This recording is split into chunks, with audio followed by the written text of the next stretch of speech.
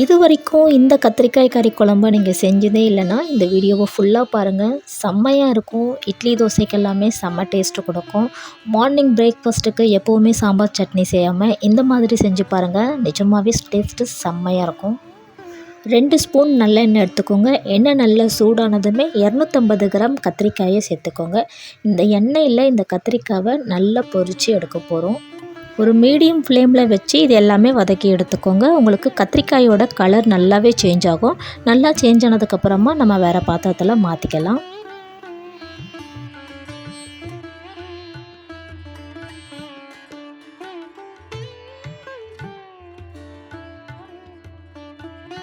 அடுப்பை நல்லா லோ ஃப்ளேமில் வச்சுக்கோங்க. இதே எண்ணெயில் 1/2 ஸ்பூன் சோம்பு, 1/2 ஸ்பூன் சீரகம், 1/2 ஸ்பூன் முழு தனியாக சேர்த்துக்கோங்க. 10 பல் பூண்டு, கொஞ்சம் சின்ன துண்டு இஞ்சி சேர்த்துக்கோங்க. எல்லாமே சேர்த்து எண்ணெயில் நல்லா தாளித்து எடுத்துக்கலாம். 4 பெரிய வெங்காயம் சேர்த்துக்கோங்க. இந்த வெங்காயம், தக்காளி, இஞ்சி, பூண்டு எல்லாமே நம்ம மிக்ஸி ஜாரில் அரைக்க தான் போகிறோம். 4 வெங்காயத்தை நீங்கள் குட்டி குட்டியாக நறுக்கியும் சேர்த்திங்கன்னா கொஞ்சம் ஈஸியாக இருக்கும் வதங்குறதுக்கு. அது கூட 3 நல்ல தக்காளி சேர்த்துக்கோங்க. கொஞ்சம் புளிப்பில்லாத தக்காளியாக பார்த்து 3 தக்காளி சேர்த்துக்கோங்க. தக்காளி, வெங்காயம் எல்லாம் நல்லா வதங்கி வரட்டும். வதங்கி வந்ததுக்கப்புறமா நல்லா ஆற வச்சுட்டு அதுக்கப்புறம் மிக்ஸி ஜாரில் அரைச்சி எடுத்துக்கோங்க. அரைக்கும் போதும் உப்பு சேர்த்துக்கோங்க. அதே சட்டிலேயே கொஞ்சம் எண்ணெய் இருக்கும். அந்த எண்ணெயில் ஒரு 10 பல் முந்திரி, 1 ஸ்பூன் பச்சை வேர்க்கடலை, 1 ஸ்பூன் வெள்ளை எள்ளு, இது 3யுமே சேர்த்து அதே சூட்லேயே நீங்கள் நல்லா வறுத்து எடுத்துக்கோங்க. எனக்கு மண் சட்டின்றதுனால சூடு இருக்கும். ஒருவேளை நீங்கள் யூஸ் பண்ணுற பாத்திரத்தில் சூடு இல்லைன்னா மீடியம் ஃப்ளேமில் நல்லா வறுத்து எடுத்துக்கோங்க. இப்போ இதையுமே அந்த வெங்காயம், தக்காளி கூட மிக்ஸி ஜாரில் அரைக்கும் போதும் சேர்த்து அரைச்சி எடுத்துக்கோங்க. 5 ஸ்பூன் அளவுக்கு நல்லெண்ணெய் சேர்த்துக்கோங்க. ரொம்பவே தாராளமாக சேர்த்துக்கோங்க. இந்த ரெசிபிக்கு எவ்வளோ எண்ணெய் ஊற்றினாலுமே அந்த எண்ணெய் இழுத்துக்கும். நல்லெண்ணெயில் சேர்க்கும் போதும் ஹெல்த்தியும் கூட, அதே சமயம் செம்ம டேஸ்ட்டாக இருக்கும். அது கூட ஒரு பிரிஞ்சி இலை, 2 ஏலக்காய் சேர்த்துக்கோங்க. 1/2 ஸ்பூன் சோம்பு, ஃப்ரெஷ்ஷான கருவேப்பிலையும் சேர்த்துக்கோங்க.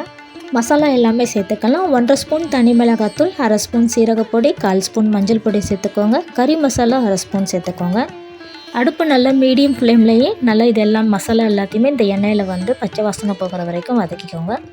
அரைச்சி வச்ச வெங்காயம், தக்காளி விழுதையுமே சேர்த்துக்கலாம். சேர்த்துட்டு நல்லா மிக்ஸ் பண்ணி விட்டுக்கோங்க. ரொம்ப கட்டியாக இருக்கும், அடி பிடிக்க வாய்ப்பு இருக்குது. அதனால் நல்லாவே மிக்ஸ் பண்ணி விட்டுக்கோங்க. தேவையான அளவுக்கு தண்ணி சேர்த்துக்கோங்க. அந்த மிக்ஸி ஜாரில் இருக்கிறதுலையே நான் தண்ணி ஊற்றி அதை அலசி சேர்த்துருக்கேன். உங்களுக்கு நல்லா தொக்கா வேணுமா, குழம்பா வேணுமான்னு பார்த்துட்டு நீங்கள் தண்ணி சேர்த்துக்கோங்க. இட்லி தோசைக்கெல்லாம் சாப்பிடும் போதும் கொஞ்சம் தொக்கா இருந்தால் நல்லாயிருக்கும். ஒரு 2 நிமிஷம் கழித்து நம்ம வதக்கி வச்ச கத்திரிக்காயும் சேர்த்துக்கலாம்.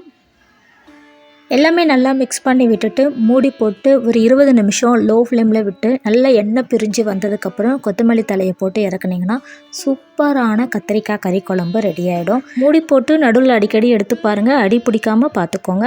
பிரியாணி, பிரிஞ்சிக்கு கூட கத்திரிக்காய் ரைத்தாக்கு இதை கூட வச்சு சாப்பிடலாம். செம்ம டேஸ்ட்டாக இருக்கும். ஆனால் நான் சொன்ன மாதிரி இட்லி தோசைக்கெல்லாம் இது செம்ம ஹெல்த்தியாக இருக்கும். அண்ட் எப்பயும் பண்ணுற நல்லதையும் பண்ணிவிடுங்க. உங்கள் ஃப்ரெண்ட்ஸ் அண்ட் ஃபேமிலிக்கு ஷேர் பண்ணவும் மறந்துடாதீங்க. லைக் பண்ணிக்கோங்க, சப்ஸ்கிரைப் பண்ணிக்கோங்க.